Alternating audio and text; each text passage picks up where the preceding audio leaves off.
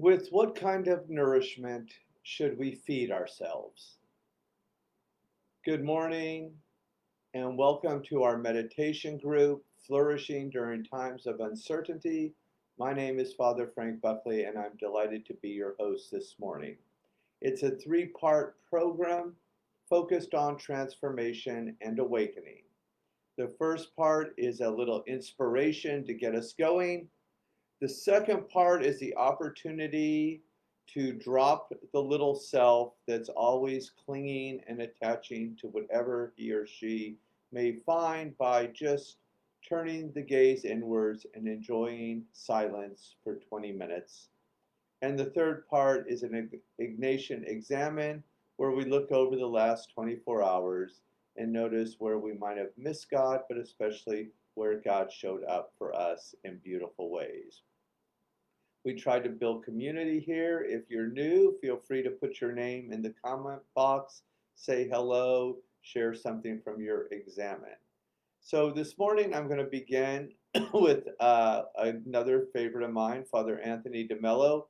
And I apologize, I thought yesterday's little inspiration went a little deeper than I had anticipated. So I'm choosing something this morning that is really perfect for a Thursday morning of really not only how do we nourish ourselves, but how do we nourish our soul. So with this, I'm happy to share Father DeMello's words.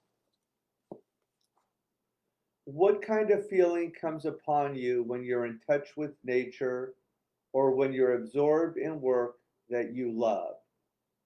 Or when you're really conversing with someone whose company you enjoy in openness and intimacy without clinging? What kind of feeling do you have?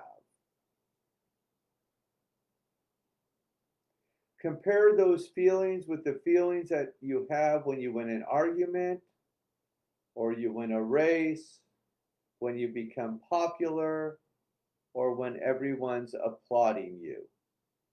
The latter feelings I call worldly feelings. The former feelings I call soul feelings. Lots of people gain the world and lose their soul.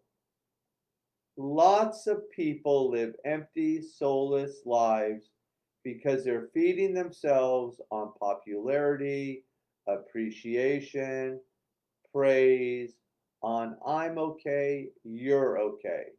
Look at me, attend to me, support me, value me, on being the boss, on having power, on winning the race or horse show. Do you feed yourself on that? If you do, you're dead. You've lost your soul.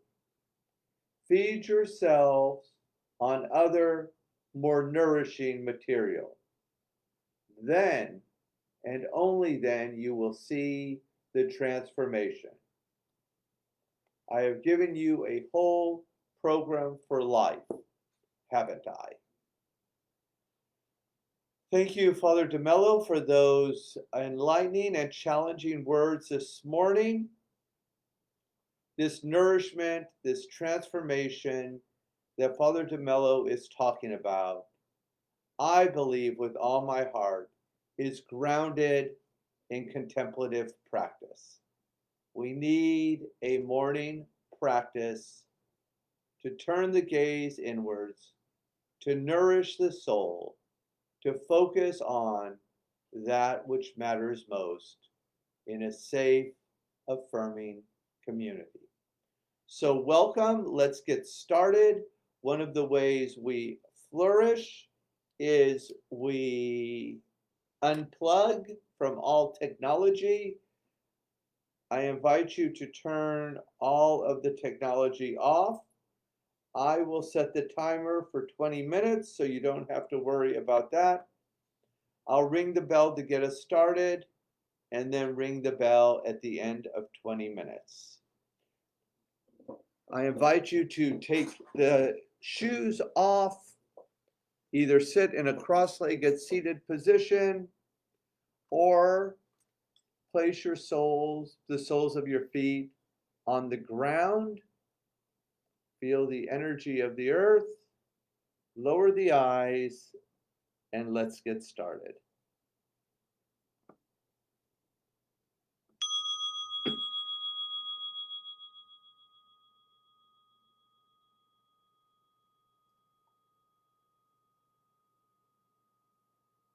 Listen, listen.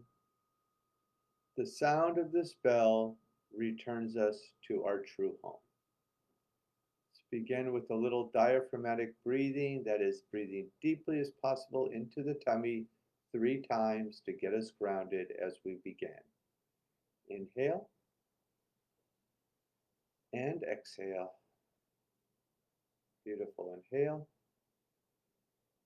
and exhale. Last time, deeply as possible. Inhale.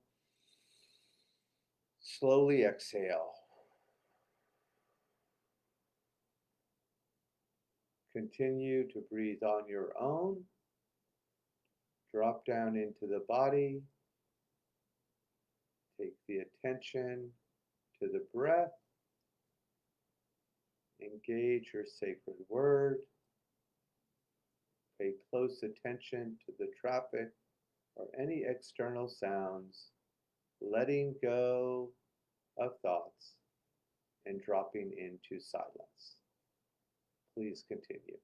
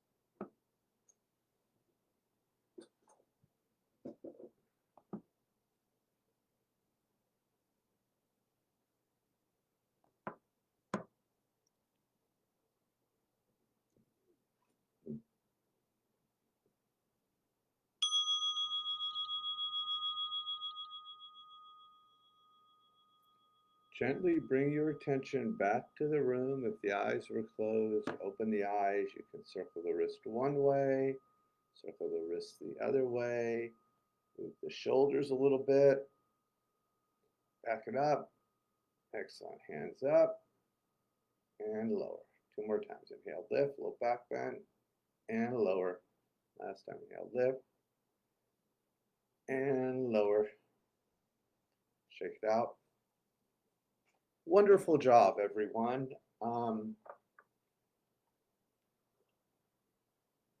We'll now move into our Jesuit Examine. And again, please feel free to put any comments in about where God's come alive for you recently, kind of coming from a place of gratitude. And just for fun today, I want to introduce you to something I came across. I'm going to try my Flourishing and Recovery group around toxic stress. It's called the Havening technique. And what I want you to do is you're welcome to try this. Sit up straight, and then we'll just do this. You'd cross the hands and just go like this. Let's see, can I get, hold on, let me get this. Okay, like that, okay? And we'll do that 10 times, and each time just focus on gratitude. Let's go.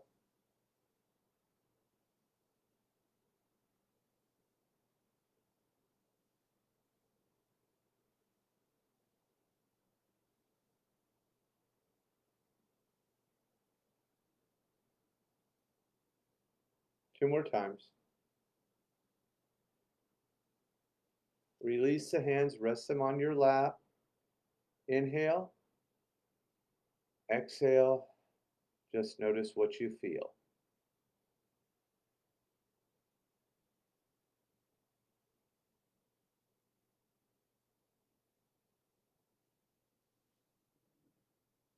Beautiful job, everyone.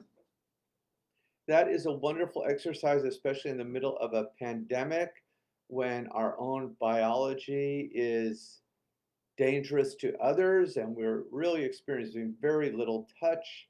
You can do it, it takes less than a couple minutes anytime. Or the other one is you can just rub the hands together like you're washing the hands. And I'm not going to do it now. I've got a terrible voice, but you can also sing a little song you like or nursery rhyme or something. And that too is really great for lowering toxic stress. And of course, the Ignatian exercise examine is really wonderful for just looking back on our life and noticing in gratitude those places God's come alive. So again, for me yesterday, on Wednesdays, I go over to Genevieve Garden. If you look on my Facebook page, you'll see some pictures of the fresh fruits and berries and jalapeno pizza that was offered yesterday. It was really beautiful, and big group of people living on the streets got to get out of the hot sun and in the shade, enjoy some delicious food and a little community. So that's one thing. Also, where God came alive is my friend Nancy Beta, who's the executive director for Food Cycle, uh, called me yesterday to tell me she was bringing over some healthy organic drinks for my Flourishing in Recovery group. I think she said celery. That's very good for detoxing. So I'll let you know how that goes. Personally, I'm not a big fan of celery, but what the heck, anything that helps us detox, why not try it, right? And then third, usually always so grateful for this community. I really believe that if we want a nutritious life, if we want a soul-filled life, it all starts, begins, and ends with a contemplative stance. And it is so helpful, so wonderful. Thich Nhat Hanh said a miracle to have a community where we can meditate together. Thanks for clicking in this beautiful Thursday morning. Have a beautiful day. God bless you. Okay.